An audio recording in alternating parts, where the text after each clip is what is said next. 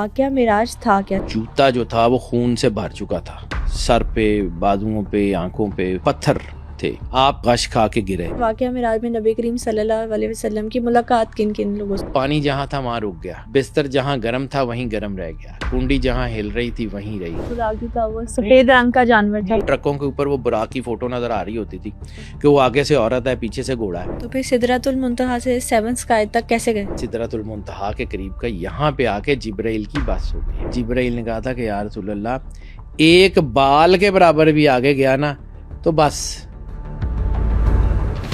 واقعہ معراج کائنات کے عظیم معجزات میں سے ایک ہے۔ واقعہ معراج میں نبی کریم صلی اللہ علیہ وآلہ وسلم کی ملاقات کون کون سے انبیاء سے اور کتنی مرتبہ ہوئی؟ کیا نبی کریم صلی اللہ علیہ وآلہ وسلم کی سواری براق ایک جانور نہیں بلکہ در حقیقت کوئی اور چیز تھی؟ سدرۃ المنتہا سے 7ویں آسمان پر نبی کریم صلی اللہ علیہ وآلہ وسلم نے کس جدید ٹیکنالوجی کے ذریعے سفر کیا؟ یہ سب باتیں جاننے کے لیے آج کے ایپیسوڈ کو اینڈ تک ضرور دیکھیں۔ اس میں بہت ساری اور ڈائمینشنز بھی ہیں، سائنٹیفک ڈائمینشنز بھی ہیں۔ اب یہ پہلے سوال کا میں نے آپ کو بیک گراؤنڈ بتا دیا، اب اس سے آگے چلتے کہ اس میں جو ہے وہ واقعات میں سائنٹیفک ڈائمینشنز کہاں کہاں ہیں اور کیسی ہیں، اور پھر اس کے بعد تیسرا ہے کہ اس سے سبق کیا ملتا ہے۔ بالکل، اور یہ کہ واقعہ معراج میں نبی کریم صلی اللہ علیہ وسلم کی ملاقات کن کن لوگوں سے ہوئی؟ بالکل بیٹا، وہ تو ہوئی نا، وہ تو ظاہر سی بات ہے، وہ ایک اس کے پورے واقعات کا تسلسل ہے کہ کون سے کہاں ملے، مطلب جو ضروری چیزیں ہوں گی اس کے اوپر بات کروں گا۔ کہانیاں اس کی معراج کی پورا قصہ سب لوگوں کو پتہ ہے، قرآن پاک میں بھی ہے، حدیث میں بھی ہے، تفسیر میں بھی ہے، بہت ساری چیزیں ہیں۔ میں اس کی جو بیسک 2-4 چیزیں ہیں ان کے اوپر بات کروں گا۔ یہ ایسی چیز نہیں ہے کہ جس کو میں 1-1.5 گھنٹے میں سم اپ کر لوں اور دنیا کو سمجھ آ جائے۔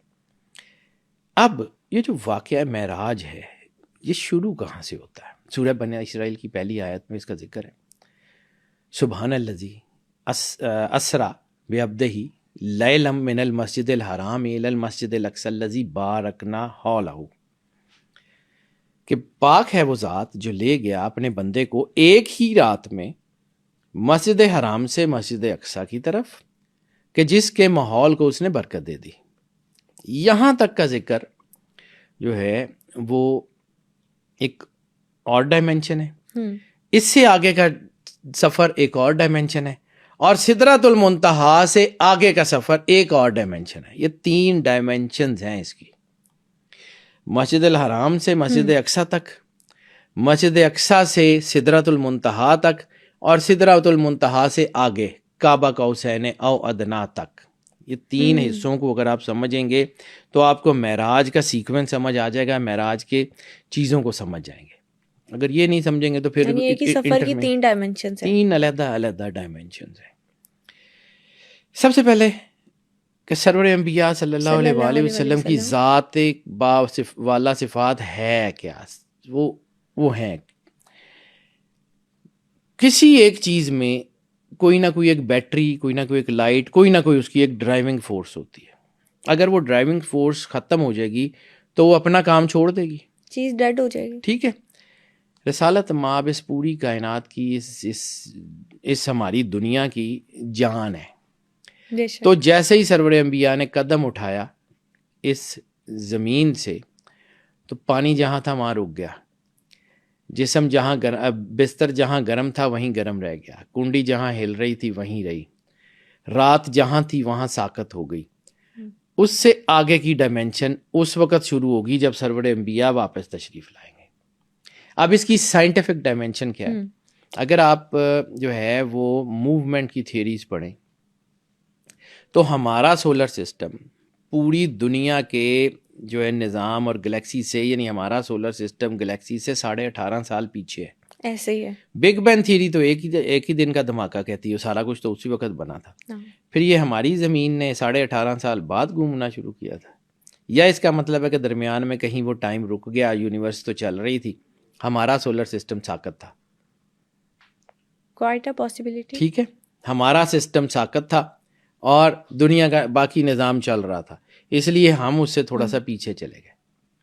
پھر میں نے جب آپ کو ٹائم ڈائلیشن کی بات کی تھی کہ ٹائم جب آپ جو ہے وہ سفر کرتے ہیں لائٹ کی سپیڈ پہ تو ٹائم کی سپیڈ کم ہو جاتی ہے، آپ کسی اور ڈائمینشن میں ہوتے ہیں۔ تھیوری آف ریلیٹیوٹی کے اس کے اوپر بہت کام ہے، تھیوری آف جنرل ریلیٹیوٹی میں بہت کچھ ہے۔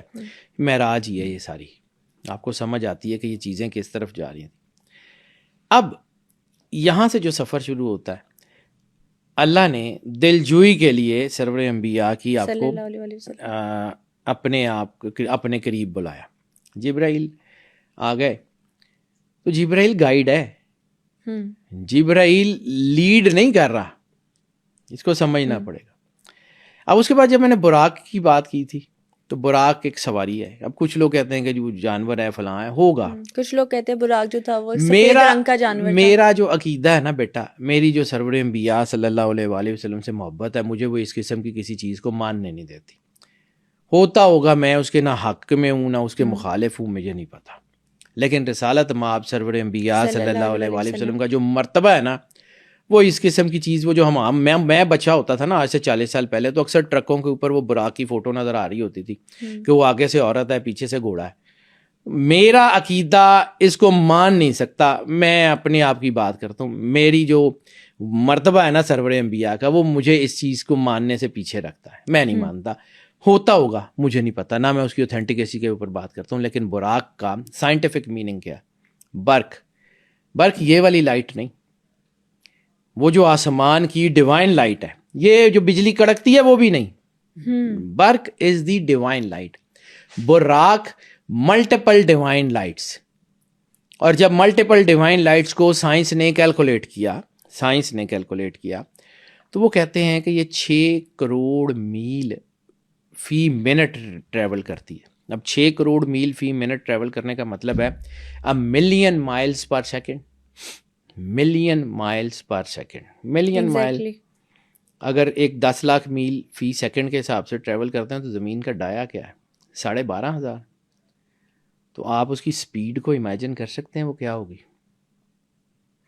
کس سپیڈ سے سرور انبیاء نے ٹریول کیا ہوگا؟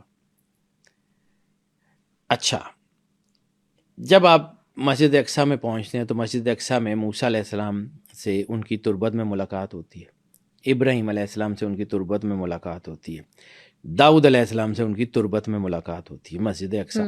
ٹھیک ہے، جب وہاں پہ ان کی تربت میں ملاقات ہوتی ہے اور پھر آگے ایک سفر ہے کہ جی آپ کو آسمان پہ بھی وہ نبی ملتے ہیں. تو جب ہم نے آپ کی 3 parts آف دا مین کا ذکر کیا تھا، the body, the civil, the spirit, ایسے، ٹھیک ہے، تو وہاں پہ شاید ان کی سول سے ملاقات ہوئی تھی. یہاں پہ جو ان کی جو ہے وہ ابراہیم علیہ السلام کو یہاں بھی ملے اور ابراہیم علیہ السلام کو مقام محمود پہ بھی ملے.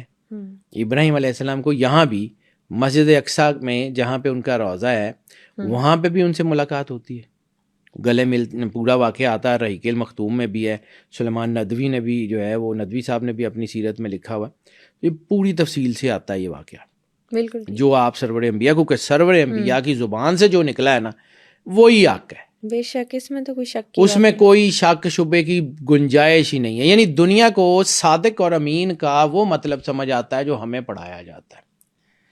صادق اور امین کا ایک مطلب یہ ہے کہ جو امانت سرور انبیاء صلی اللہ علیہ وآلہ وسلم کے پاس ان کی بادشاہ کے اوپر اترے گی، وہ ایز اٹ از جو ہے وہاں تک پہنچے گی جہاں تک اللہ پہنچانا چاہ رہا ہے. اور جو وہ کہیں گے وہ صادق ہیں. یعنی یار مکے میں تو اور بہت سارے صادق لوگ بھی تھے، بہت سارے سچے لوگ تھے، بہت سارے ایسے لوگ تھے جو امانت دار بھی تھے. تو سرور انبیاء صلی اللہ علیہ وآلہ وسلم کی جو ہے وہ ڈسٹنکشن کیا ہے؟ کون سا ایسا سچا جو باقی دنیا میں کوئی نہیں تھا؟ کون سا ایسا امانت دار جو باقی دنیا میں کوئی نہیں تھا؟ صرف کائنات میں واحد سرور انبیاء صلی اللہ علیہ وآلہ وسلم ہی تھے. بالکل ویسے ہی جیسے کلمات العوام اور کلمات اللہ میں فرق ہے. یعنی قرآن پاک بھی عربی کی کتاب ہے، گرامر بھی سیم ہے، 40 ملکوں میں عربی بولی جاتی ہے.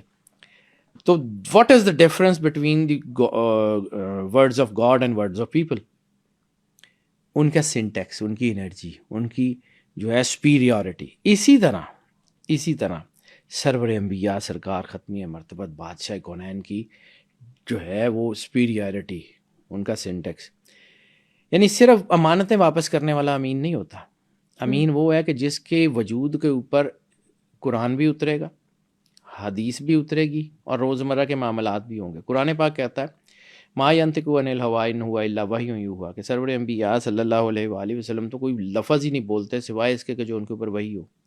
یعنی وحی الہی کی 3 علیحدہ ڈائمینشنز ان کے اوپر وارد ہوں گی. جس وحی کے ساتھ جبریل آئے گا وہ قرآن بنے گا، جو وہی دل کے اوپر القاء ہوگی وہ حدیث ہوگی، اور وہ وہی جو ان کے وجود کے اوپر ظاہر ہوگی، جو ان کے روزمرہ کے کاموں سے، وہ ان کے عادات بنیں گے۔ اور امانت داری کا عالم یہ ہے کہ نہ قرآن حدیث میں مکس ہوگا، نہ حدیث قرآن میں مکس ہوگی، نہ روزمرہ کے معاملات ان دونوں میں جائیں گے، اپنی اپنی جگہ وہ پہنچیں گے، ان میں کوئی یہ امین، یہ لیول ہے۔ اور صداقت کا عالم یہ ہے کہ ہم نے اللہ کو دیکھا ہی نہیں، ہمیں پتہ ہی نہیں اللہ کون ہے۔ رسالت مآب نے کہا یہ اللہ ہم نے مان لیا، رسالت مآب نے کہا کہ اللہ کو مانو، سمجھ نہیں آتا تب بھی مانو، تمہارے شعور میں نہیں آتا پھر بھی مانو، ہم نے مان لیا، ہم نے نہیں پوچھا کہ جی وہ ایسا وہ نہیں ہے۔ اتنی بڑی زبان، اتنی بڑی ان کی وہ سچائی کہ جس کو ہم جو ہے وہ کر ہی نہیں سکتے۔ یہ صادق اور امین۔ اب ان کی زبان سے جو معراج کے واقعات نکلے ہیں اس میں اتنا ہی ان کی جو ہے وہ جیسے قرآن پاک کا ہے کہ لا ریب فیہ، اس میں کوئی شک شبے کی گنجائش نہیں۔ اب جو سرکار نے کہا ہے وہی ہے۔ اب آ جاتے ہیں آگے کہ یہاں پہ بھی انبیاء کو ملے۔ اب میری جو کیلکولیشن ہے، مجھے نہیں پتا لوگ اس کو کس طرح لیتے ہیں، کہ یہاں تک ہی براق تھا، یہاں سے آگے جو سفر تھا وہ کسی اور طریقے میں تھا۔ یعنی سدرۃ المنتہا پہ براق کا ذکر تو نہیں ہے، یعنی جہاں پہ جا کے جبریل کے پر جل رہے تھے وہاں پہ براق کھڑا ہو سکتا تھا؟ نہیں ہو سکتا تھا۔ تو پھر سدرۃ المنتہا سے 7 اسکائی تک کیسے گئے؟ وہ بھی میں بتاتا ہوں، میں اسی کہہ 3 ڈائمنشنز ہیں، 3 حصے ہیں۔ پہلے مسجد الحرام سے مسجد اقصیٰ تک، مسجد اقصیٰ سے سدرۃ المنتہا تک، اور سدرۃ المنتہا سے آگے۔ ان 3 ڈائمنشن کو مکس کریں گے نا، معراج نہیں سمجھ آئے گی۔ اب یہاں سے دوسری ڈائمنشن کی طرف آتے ہیں کہ مسجد اقصیٰ میں انبیاء سے ملاقات ہوئی، اور اس کے بعد سرور انبیاء صلی اللہ علیہ وآلہ وسلم نے سفر شروع کیا۔ اس ڈائمنشن میں جو مفسرین نے لکھا ہے نا، اور جس کے اوپر بہت بڑا کام امام شافعی کا ہے، اس کو پڑھنے کی ضرورت ہے، معراج کا سفر۔ ان کے 2 علیحدہ علیحدہ ٹریول ہیں۔ جبرائیل علیحدہ ٹریول کر رہا تھا، سرور انبیاء علیحدہ ٹریول کر رہے تھے۔ ٹھیک ہے، بک آف اینوک میں جس راستے کا ذکر ہے جو مسجد اقصیٰ سے نکلتا ہے، مے ناٹ بی، پورٹل تو نہیں تھا۔ قرآن پاک میں اللہ کہتا ہے ہم نے آسمان کے 7 دروازے، 7 پورٹلز، جس کا ذکر ذوالقرنین کے جو ہے وہ سفر میں ملتا ہے کہ ہم نے 7 میں سے 3 دروازے اس کے لیے کھولے۔ معراج میں 7 دروازے اللہ نے کھول دیے کہ سرکار جدھر سے مرضی آئے۔ ٹھیک ہے، 7 آسمانوں کے دروازے کھول دیے گئے، 7 ڈائمنشنز اوپن کر دی گئی۔ آپ نے قدم رکھا، آپ چلتے جا رہے ہیں۔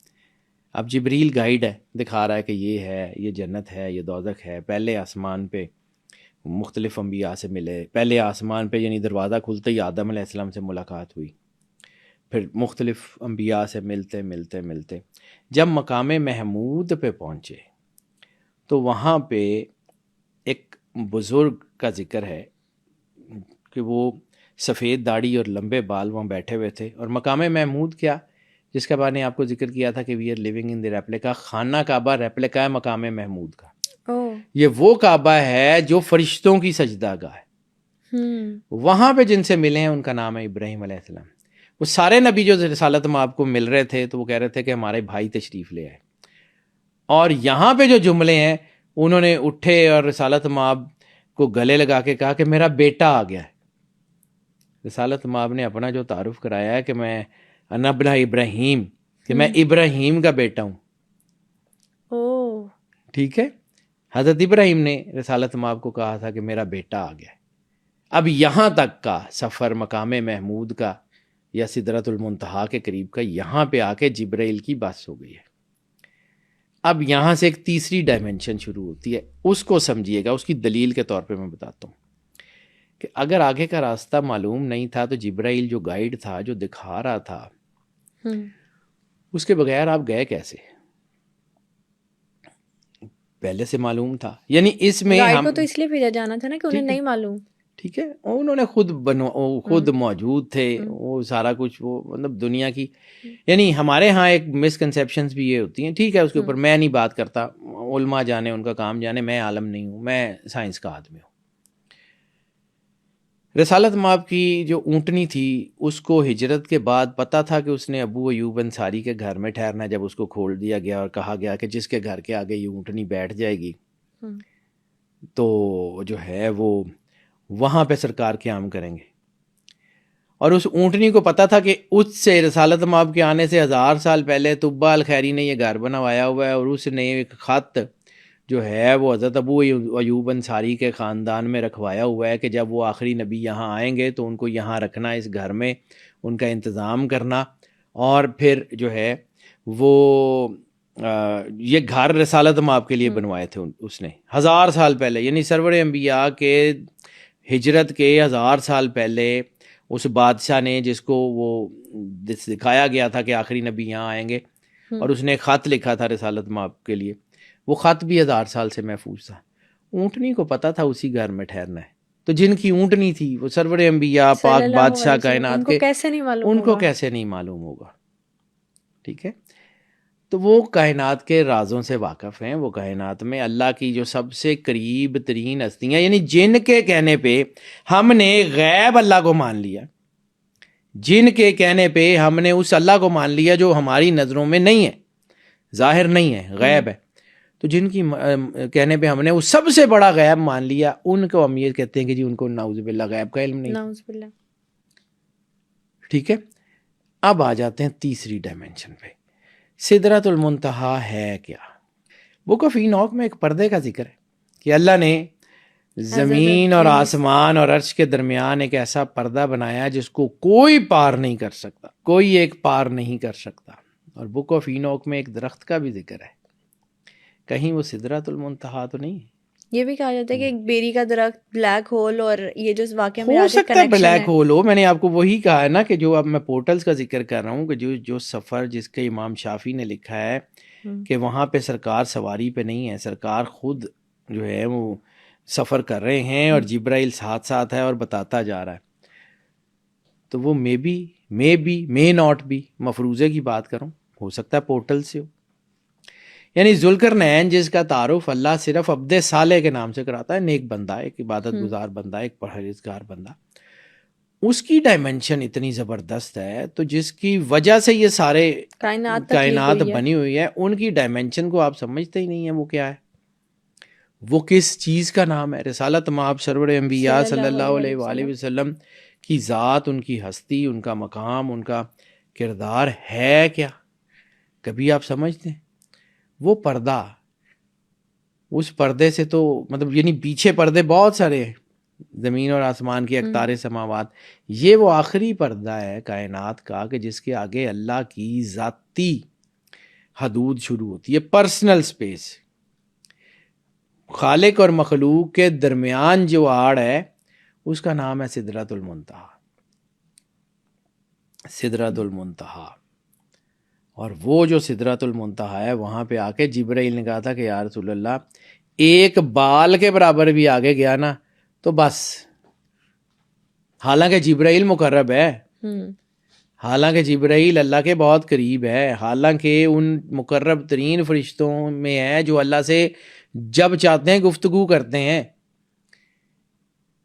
اور پھر جبرائیل کے سفر اگر آپ دیکھیں سیرت میں، صرف سیرت میں، قرآن پاک کا پورا جو ہے وہ وقت نزول ہے 23 سال 5 مہینے 10 دن.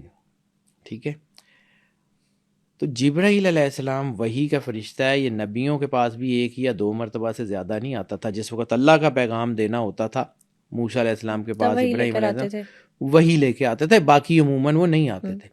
سیرت میں اٹھا کے دیکھیں تو تقریباً 24,000 سے زیادہ ایسے مقامات ہیں جس پہ جبرائیل جو ہے وہ رسالت مآب سرور انبیاء صلی اللہ علیہ وآلہ وسلم کی خدمت میں حاضر ہوا ہے. 24,000 کو اگر آپ جو ہے وہ اس کو ذرا ڈیوائیڈ کریں 23 سال 5 مہینے 10 دن کے دن، تو 24,000 تقریباً یہ ہے کہ کوئی دن بغیر کسی چھٹی کے 24/7 صبح دوپہر شام وہ رسالت مآب کی بارگاہ میں حاضر ہوتا رہا ہے.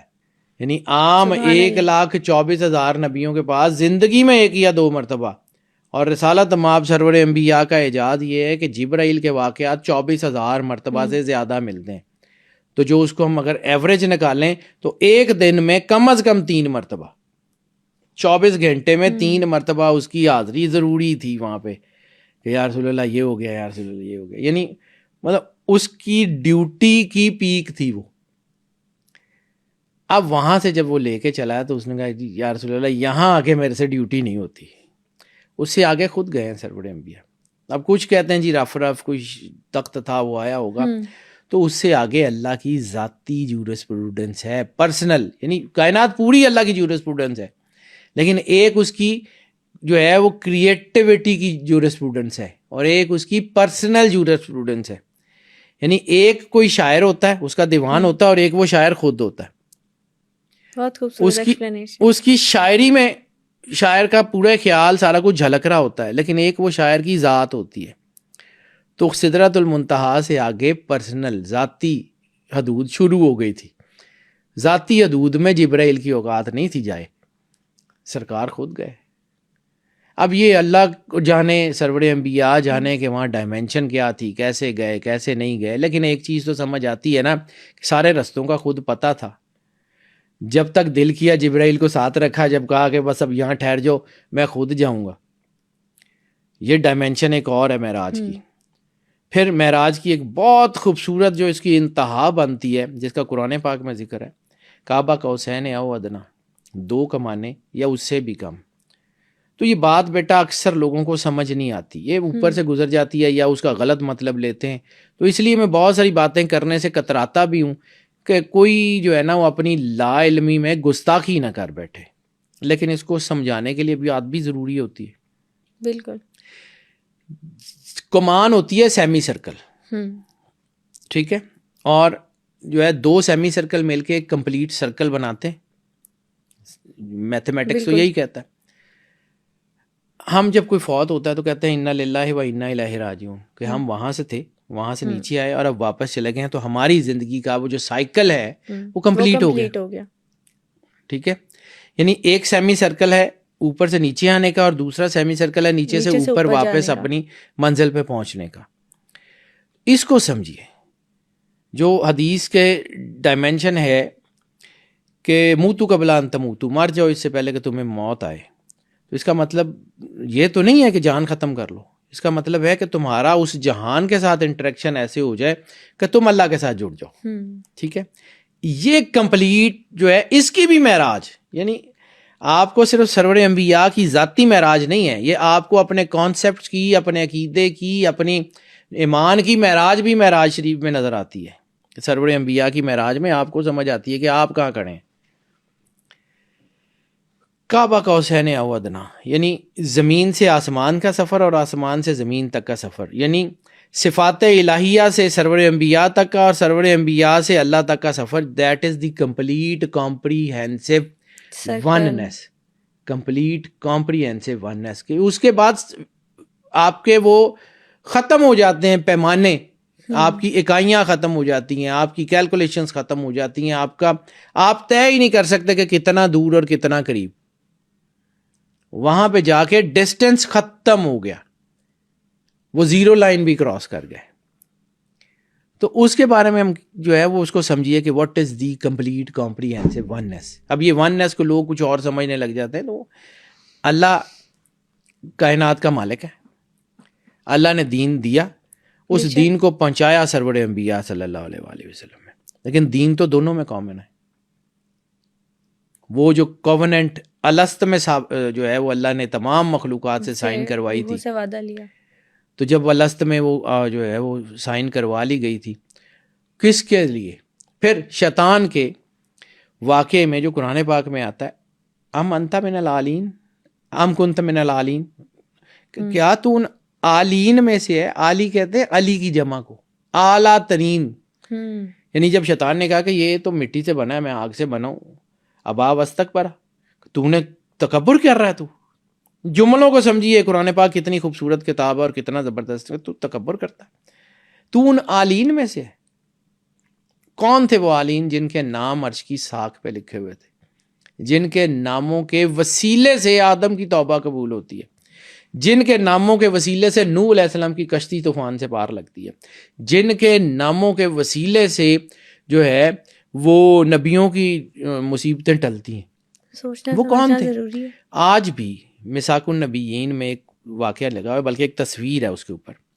جب نوح علیہ السلام کی کشتی کوہ جودی پہ ملی ہے نا، تو اس کے اوپر ایک جیسے وہ ایک فلیگ نہیں ہوتا، یا جیسے وہ آپ کی کسی بھی ملک کی جو ہوتی ہے کوئی شپ ہوتا ہے تو اس کے اوپر اس کا لوگو یا اس کا پرچم لگا ہوتا ہے. وہ تصویر آج بھی ہے، گوگل پہ کریں گے تو مل جائے گی. ابھی شاید اس کو ڈھونڈنا پڑے گا لیکن مل جائے گی. بالکل میثاق النبیین میں وہ تصویر موجود ہے، اب انہوں نے شامل کی ہے. وہاں پہ ایک تختہ ہے آبنوس کی لکڑی کا، یعنی پوری کشتی کسی اور لکڑی سے بنی ہوئی ہے، اور وہ تختہ آبنوس کی لکڑی کا ہے، اور اس کے اوپر صندل کا حاشیہ لگا ہوا ہے، اور اس کے اوپر 5 نام لکھے ہوئے. 5 نام کون 5 نام لکھے ہوئے حضرت نوح علیہ السلام کی کشتی کے اوپر 5 نام لکھے ہوئے. وہ 5 ایک ستارے کی طرح کی بنی ہوئی ہے، اور اس 5 میں 5 نام ہیں. اس کے اوپر مختلف جو ہے وہ لوگ کہتے ہیں کہ یہ فلاں کا نام ہے، فلاں کا نام ہے. میں اس کے اوپر جاتا ہی نہیں ہوں. دنیا کو پتہ ہے کہ ان کے 5 نام ہیں. جو کائنات کو جو ہے کائنات کے ڈگنیٹیئرز ہیں انہی کے ہی ہوں گے. وہ پرانی ہیبریو زبان ہے، اس میں کہیں وہ ہیبریو سے بھی پرانی زبان ہے، جس کے بارے میں یہ کہا جاتا ہے کہ وہ شاید وہ بک آف اینوک کی زبان ہے. وہ 5 نام لکھے ہوئے ہیں، وہی 5 نام عرش کی ساق کے اوپر لکھے ہوئے تھے، جس کی وجہ سے انبیاء کی اور کس کے بیٹا اور ہو کس کے سکتے ہیں، وہ کائنات کے ڈگنیٹیئرز اللہ جانے، ان کا کام جانے، اس نے کس سے کیا کام لینا ہے.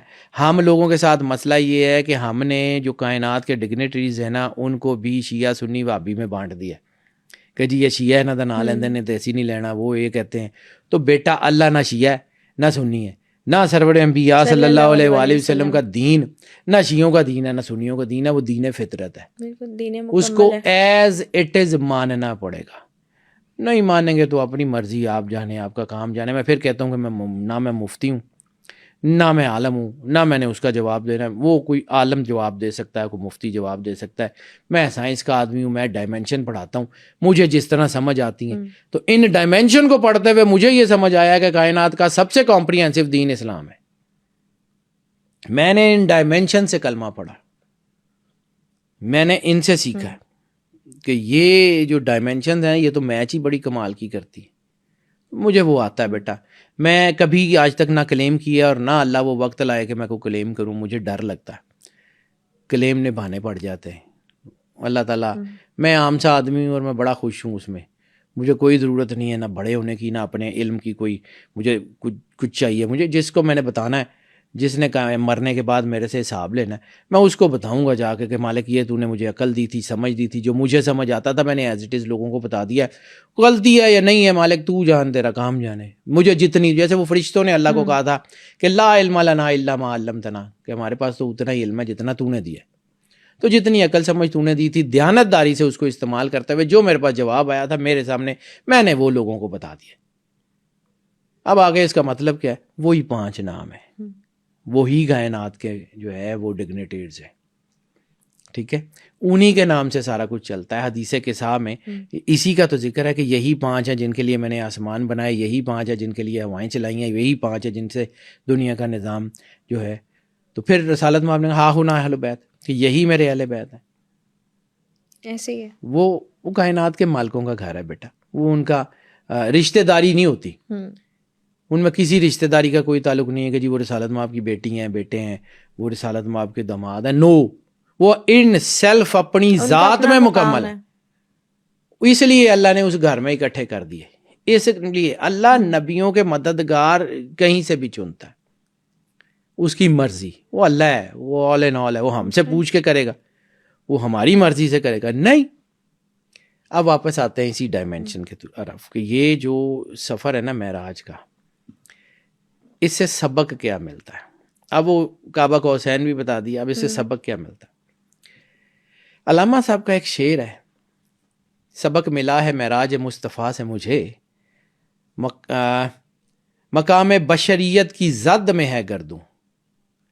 کہ رسالت مآب نے اپنا تعارف کیا کرایا نا، بشر مثلکم، میں تمہارے جیسا بشر ہوں. ان کے اندر ان کی اپنی جو ہے وہ طاقت کیا ہے, کمپریہنسونیس, وہ علیحدہ ہے, وہ الگ بات. لیکن بظاہر بشر لبادہ بشر میں تشریف لائے نا, اور پھر فرمایا کہ بشر کو اللہ نے سرور انبیاء صلی اللہ علیہ وآلہ وسلم کی شباہت میں بنایا. یہ بخاری اور مسلم کی حدیث ہے, مستند حدیثیں ہیں کہ شباہت سرور انبیاء صلی اللہ علیہ وآلہ وسلم میں اللہ نے آدم کو تخلیق کیا. آدم کی جو شکل ہے آدمی, وہ ویسے ہی شباہت سرور انبیاء پہ بنایا گیا, جیسے سرکار کی شباہت تھی ویسے ہی انسان بنائے گئے. جب جن کی وجہ سے آدم کی اولاد آدم جیسی ہے, پوری ان کی وجہ سے جن کی وجہ سے آدم کی اولاد آدم جیسی ہے, تو آدم جس کی وجہ سے, وجہ تخلیق آدم کون ہے؟ سرور انبیاء صلی اللہ علیہ وآلہ وسلم. تو جس کی وجہ سے یہ سارا کچھ ہے, ان کا مقام یہ ہے کہ اگر آپ سمجھیں یہاں سے کہ اللہ کے ساتھ کمپریہنسو وننس, یعنی رسالت مآب کا ہاتھ ہے اللہ کے ہاتھ میں, اللہ ان کو جہاں سے مرضی جہاں تک لے جاتا ہے. اب اللہ نے ڈائریکٹ ملنا نہیں ہے, اللہ تک جانے کا وسیلہ کیا ہے؟ سرور انبیاء صلی اللہ علیہ وآلہ وسلم. ان کا کلمہ پڑھیں گے تو راستے کھلیں گے, ان کے ساتھ وفادار رہیں گے تو راستے کھلیں گے, ان لوگوں کی عزت کریں گے, ان لوگوں کی عزت کریں گے جن سے رسول اللہ نے محبت کی ہے تو راستے کھلیں گے, ان سے دشمنی کریں گے جنہوں نے دشمنی کی ہے تو راستے کھلیں گے. یہ اصل پیوٹ پوائنٹ آف دا کائنات جو ہے نا, آف دا یونیورس, سرکار ختمی مرتبت بادشاہ کونین کی ذات ہے اور کوئی نہیں ہے. تو اگر آپ نے اللہ تک جانا ہے تو پھر آپ کو رسول اللہ کا ہاتھ تو تھامنا پڑے گا نا, تھامنا پڑے گا. اب آپ کو وہ چین سائیکل سمجھ آئے گا کہ آپ رسالت مآب کے وسیلے سے اللہ تک پہنچیں گے, پھر اللہ جو ہے وہ آپ تک پہنچے گا. ٹھیک ہے. قرآن پاک میں بھی جو کانسیپٹ ہے کہ یا رسول اللہ, یہ لوگ آپ سے پوچھتے ہیں کہ اللہ سے محبت کیسے کریں, قل ان کنتم تحبون اللہ والی آیت, کہ جب یہ ان سے کہہ دیجئے جو یہ آپ سے کہتے ہیں کہ ہم اللہ سے محبت کیسے کریں, تو فرمایا فاتبعونی, میری اتباع کرو, یحببکم اللہ, کہ میری اتباع کرو اللہ تم سے خود محبت کرے گا. یہ ڈائمینشن سمجھ آتی ہے آپ کو, وہ سائیکل کہ آپ نے محبت کی سرور انبیاء سے, سرور انبیاء کا تعلق ہے اللہ سے, جب آپ اللہ کے ساتھ وہ کرنے گا تو اللہ آپ سے خود محبت کرے گا, وہ راستہ خود دے گا. ٹھیک ہے. توبہ کا کانسیپٹ بھی قرآن پاک میں بڑا خوبصورت ہے, بہت خوبصورت ہے, اس کو سمجھیں اگر آپ کو توبہ سمجھ آتی ہے تو. یا رسول اللہ, یہ جو اپنی جانوں پہ ظلم کر بیٹھے, یہ اگر آپ کی بارگاہ میں پیش ہو جائیں اپنے گناہوں پہ نادم ہو کے, ترجمہ آیت کا کر رہا ہوں, مفہوم بیان کر رہا ہوں, کہ اگر یہ جو لوگ اپنی جانوں پہ ظلم کر بیٹھے ہیں, یہ اپنے گناہوں پہ نادم ہو کے آپ کی بارگاہ میں پیش ہو جائیں, تو اللہ کے رسول کو چاہیے ان کو معاف کر دیں. یہ اللہ کو تو معاف کرنے والا اور مہربان پائیں گے. بے شک, اللہ یعنی توبہ بھی آپ کی اس وقت تک قبول نہیں ہوگی جب تک سرور انبیاء صلی اللہ علیہ وآلہ وسلم آپ کے ضامن اور گارنٹر نہیں ہوں گے. کائنات کی کوئی چیز ان کی ذات سے باہر تو ہے نہیں, تو کیسے کر لیں گے آپ؟ ٹھیک ہے. یہاں پہ علامہ اقبال کا وہ شعر, اس کو سمجھیے. سبق ملا ہے معراج مصطفیٰ سے مجھے, مقام بشریت کی زد میں ہے گردوں, کہ آسمان تو جب چاہے پیر کے نیچے رکھ لیں, لیکن رکھیں گے کب؟ اس کا ترجمہ اس آیت میں موجود ہے کہ یا معاشر الجن والانس ان استطعتم ان تنفذوا من اقطار السماوات والارض لا تنفذون الا بسلطان, کہ اے گروہ جن و انس, اقطار السماوات, اقطار کہتے ہیں لائنز, لیئرز, اے گروہ جن و انس, ان لیئرز جو آسمان کی لیئرز ہیں ان میں سے نکل کے دکھاؤ. یہ وہ پردے کا ذکر تھا کہ جو پہلے آسمان پہ بھی روکتا ہے, جس کو کراس نہیں کر سکتے. یعنی میں نے آپ کو بک آف اینوک کی ضمن میں یہ بتایا تھا نا کہ اگر ان کے پاس یہ جو سومیرین ٹیبلٹس ڈھونڈ رہے ہیں, اگر ان کو سومیرین ٹیبلٹس مل بھی جاتی ہیں, ان کو پتہ بھی لگ جاتا ہے کہ یہ پورٹلز ہیں, یہ اس کو کراس نہیں کر سکتے, کیونکہ اس کے آگے اللہ نے ایک جو ہے وہ ایک, جیسے آپ کسی کمرے میں جاتے ہیں تو آپ کے پاس وہ تھم نیلز والا یا سکینر ہو یا آپ کے پاس چابی ہو یا کچھ ہو, تو آپ اس دروازے کو, وہ ویریفیکیشن کے بغیر آ نہیں, وہ ویریفیکیشن کا نام ہے اللہ. یا معاشر الجن والانس ان استطعتم ان تنفذوا من اقطار السماوات والارض لا تنفذون الا بسلطان. جب تک کہ وہ سلطان النصیر کی بات ہو رہی ہے, یہ والا سلطان نہیں کہ جی وہ طاقت کے ساتھ زبردست طاقت نہیں. اللہ اپنا تعارف کیا کہہ رہا ہے؟ سلطان النصیر. ٹھیک ہے. رسالت مآب کے تعارف میں بھی یہی جملے ہیں سلطان النصیرہ کہ مدد کرنے والا سلطان. تو وہ جو سلطان نصیر ہے اس کی مدد کے بغیر تو تم لوگ ویسے ہی نہیں جا سکتے. تو وہ مل بھی جائیں گے آپ کو پورٹلز, آپ کو سمجھ بھی آ جائے گی کہ یہاں سے آپ نے کراس کر کے دوسری ڈائمینشنز میں, دوسری ورلڈز میں جانا ہے, آپ کے پاس اتھینٹیکیشن ہی نہیں ہے, رستے میں ہی پھنس جائیں گے, کہیں جا ہی نہیں سکتے. یہ قدرت کا نظام ہے, اتنا آسان نہیں ہے. اور اگر آپ نے یہ ساری ڈائمینشنز فتح کرنی ہے اور آپ نے دین دنیا کے راز جاننے ہیں تو واحد رستہ ہے, وہ ہے رسالت مآب صلی اللہ علیہ وآلہ وسلم. ان کے بغیر آپ نہیں جا سکتے, جو مرضی کر لیں. تو پھر دین میں بھی وہی ہے کہ لا الہ الا اللہ تو پڑھ لیا تھا, اگر خاتم النبیین سرور انبیاء صلی اللہ علیہ وآلہ وسلم کی گواہی نہیں دی تو آپ کافر ہیں, مسلمان نہیں ہیں. جو مرضی ہو جائے, ان پر ایمان لانا سب سے ضروری, جو مرضی ہو جائے جی, آپ کسی بھی طرح کو اپ ڈاؤن کر کے کچھ کر لیں, سرور انبیاء صلی اللہ علیہ وآلہ وسلم بادشاہ کونین کی ذات سے آپ کا ادھر ادھر ہوئے, 1 سینٹی میٹر کے کروڑ میں کھرب میں حصے میں بھی ادھر ادھر ہوئے تو ختم, راستہ نہیں ملے گا. جو مرضی کر لیں, وہ اس کو بہت اچھی طرح پتا ہے کہ اس نے کیا کرنا ہے اور کیسے کرنا ہے اور اس نے آپ کو کیسے لے کے جانا ہے. God knows. یہ معراج ہے کہ اگر آپ نے کائنات کے راز جاننے ہیں, کائنات میں تیر سیر کرنی ہے, پھرنا ہے, تو پھر واحد راستہ ہے. جس طرح پورے طوفان میں نکلنے کا واحد راستہ حضرت نوح علیہ السلام کی کشتی تھی, ٹھیک ہے, اسی طرح سرور انبیاء صلی اللہ علیہ وآلہ وسلم نے فرمایا تھا مثل اہل بیت کا مثل سفینۃ النوح, کہ میری اہل بیت کی مثال سفینہ نوح کی طرح ہے. من رکبھا نجا, کہ جو بھی ان کے ساتھ سوار ہو گیا نجات پا گیا. اس کے علاوہ تو راستہ ہی کوئی نہیں ہے. کون سی چیزیں ہیں, آپ جو مرضی کر لیں, ٹھیک ہے. یہ وہی ہیں. ایک چیز سمجھنی پڑے گی جہاں پر جو ضروری ہے کہ اللہ جب کہتا ہے کہ ترکت, جو حدیث قدسی کا لفظ ہے, حدیث قدسی ہے نا, اللہ کہتا ہے کہ رسول اللہ ان سے کہہ دیجئے کہ میں تم میں 2 چیزیں چھوڑ کے جا رہا ہوں, ٹھیک ہے, کتاب اللہ و اطرتی اہل بیت, اور دوسری میں ایک آیا تھا کتاب اللہ و سنتی. تو سنت پہ عمل بھی تو ان لوگوں نے گھر کے اندر سے کر کے دکھایا نا, باہر والوں نے اس کے اوپر عمل کیا جو ان کو کرتے ہوئے دیکھا, ان کو کرتے ہوئے دیکھا, ٹھیک ہے. اصحاب کی عزت اپنی جگہ, اصحاب کا مقابلہ گھر والوں سے نہیں ہوتا. یعنی میں کسی دوست کے ساتھ بزنس کرتا ہوں تو کل کو میں دنیا سے چلا جاتا ہوں تو میرا دوست میرے بچوں کو حق نہیں دے گا, تو میری اس کے بارے میں کیا رائے ہے, یا میں اللہ کے ساتھ جا کے کیا بات کروں گا, ٹھیک ہے. میری جو چیز ہے وہ میرے بچوں کی ہے, بالکل. وراثت, نبوت وراثت نہیں ہوتی, وہ نبوت ختم ہو گئی, ٹھیک ہے, نبوت کا دروازہ بند ہو گیا. رشتہ داریوں کی بنیاد پہ فیصلے نہیں ہوتے, دین نے فیصلہ کر دیا کوئی رشتہ داری نہیں ہے. وما محمد الا رسول, وہ آیات ہے, ٹھیک ہے, کہ رسول تم میں سے کسی کے باپ نہیں ہے, وہ صرف اور صرف الا رسول و خاتم النبیین, ٹھیک ہے, وہ خاتم النبیین ہے اور وہ صرف رسول ہے اور اس کے علاوہ کچھ نہیں ہے. تو پھر اس کو بھی ڈیفینیشن کو دیکھنا پڑے گا کہ کائنات کے مالک کے گھر کے ساتھ آپ وفادار کتنے. اب فرض کیا کہ کوئی بندہ جو ہے وہ میرے ساتھ تو بہت اچھا ہو لیکن میرے بچوں کو نقصان پہنچانے کی کوشش کرے, تو میرا بحیثیت انسان ریئیکشن کیا ہوگا؟ بس اتنی سی بات. اگر آپ رسول اللہ سے محبت کریں, تبھی تو رسول اللہ صلی اللہ علیہ وآلہ وسلم نے فرمایا تھا کہ, بلکہ فرمایا ہے, ان کا فرمان تھا ہوتا ہی نہیں ہے, وہ ہر لمحے کے لیے نبی ہیں, وہ ہر لہجے کے لیے نبی ہیں, جب تک وقت ہے تب تک رسالت مآب نبی ہیں, ٹھیک ہے. تو جو کچھ انہوں نے فرمایا ہے اس کے مطابق جو ہے میرے پہ کٹا پھٹا درود مت بھیجا کرو. تو صحابہ کرام نے پوچھا, جس کی بہت بڑی سندیں ہیں, متواتر اسناد ہے, شیخ الحدیثوں نے اس کے اوپر بہت کام کیا ہے, اور جو اس کے اوپر میں نے اپنی زندگی میں جو ہے وہ شیخ الحدیث ہے معراج الاسلام صاحب, اللہ ان کی تربت پہ کروڑوں رحمت نازل فرمائے. اس حدیث کی جو ڈائمینشن انہوں نے بیان کی ہے نا معراج الاسلام صاحب نے, ان سے اچھی ڈائمینشن میں نے آج تک نہیں پڑھی.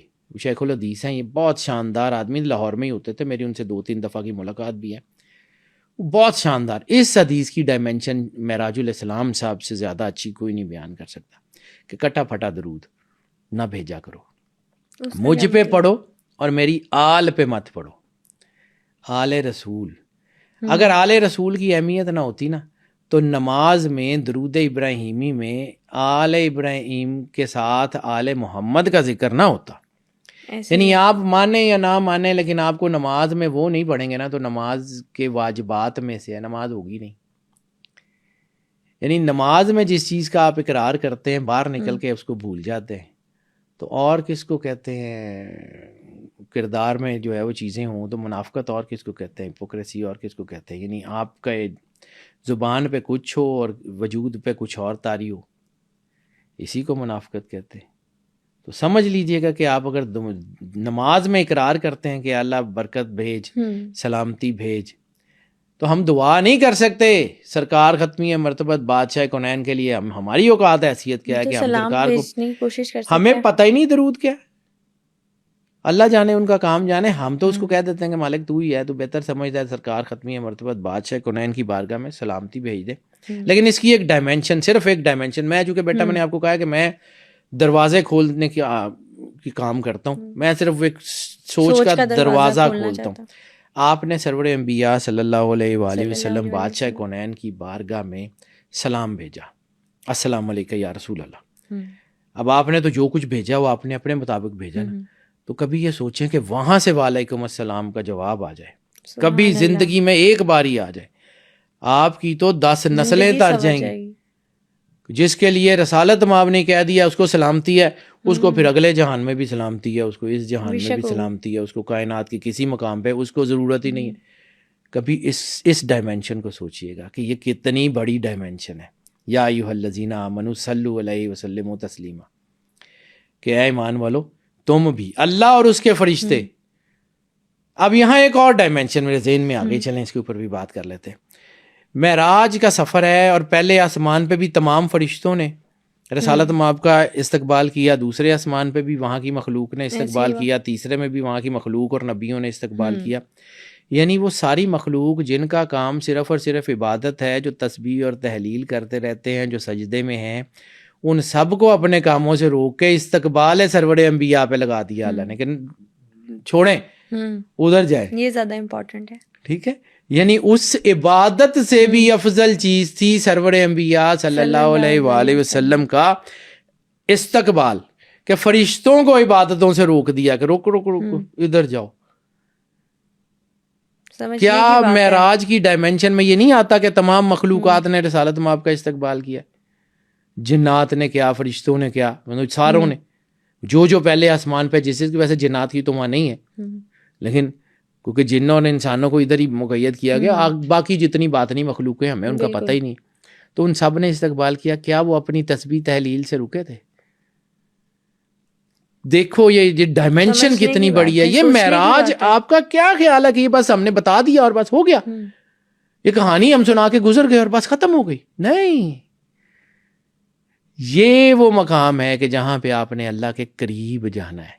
آپ بھی جا سکتے ہیں, سرور انبیاء ظاہری جسم سے معراج پہ گئے, آپ نے رسالت مآب کی وجہ سے باطنی نماز, مومن کی معراج ہے, تو مومن نماز پڑھنے کے بعد اوپر سے آ جاتا ہے, جبرائیل آ جاتا ہے کہ وہاں پہنچ جائے. نہیں, معراج جن کی تھی ان کی ہو گئی ہوئی ہے, ہم نے رسالت مآب سے جڑنا ہے, ان کی ڈائمینشن کے واسطے اور وسیلے سے ہم اللہ کے قریب ہوں گے, وہ معراج ہے. بالکل ایسے, اس کو اس طرح سمجھو کہ واٹ اٹ از.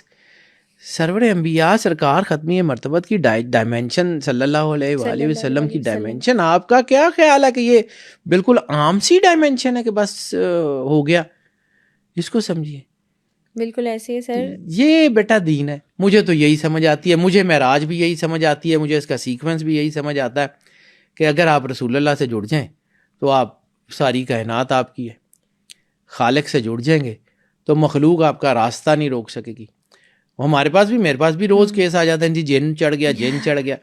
بیٹا میں زندگی میں ایک بڑے کچھ اصولوں پہ پہنچ چکا ہوں, میں نے جس کا جا کے جواب اللہ کو دینا, میں اسی بات کو مانتا ہوں اور آج بھی مانتا ہوں, اور یہ ایمان کی حیثیت سے مانتا ہوں کہ یہ آدم ہے جس کو ان سب مخلوقوں نے سجدہ کیا ہوا ہے.